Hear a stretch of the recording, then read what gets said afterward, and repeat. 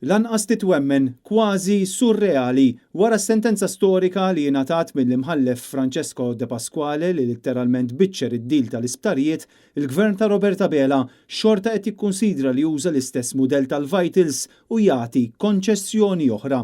Dan ikkonfermah il-Prim Ministru nnifsu f'kummenti lil ġurnalisti wara ċ-ċerimonja li saret fil-Palazz Presidenzjali fejn Bela kien mistoqsi fost oħrajn x'se jiġri fl-Isptar Ġenerali ta' Għawdex. Kien f'dan il-mument illi Bela żvela d-dettalji tad-diskussjonijiet li għaddejjin bħalissa dwar it-tliet sptarijiet ta' San Luqa, Kering Grek u l-Isptar ta' Għawdex.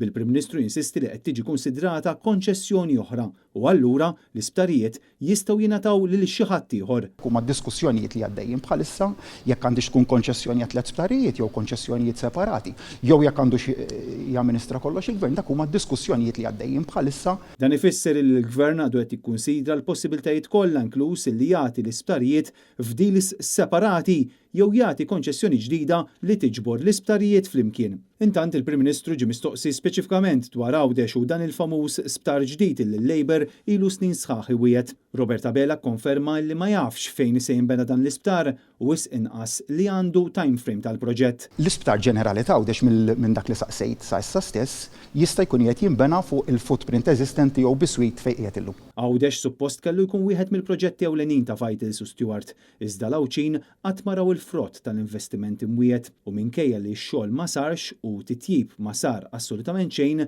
tal-Vitals u Stewart xorta waħda ħadu ma' 390 miljun euro, flus illi ttieħdu mit-taxxi tal-poplu.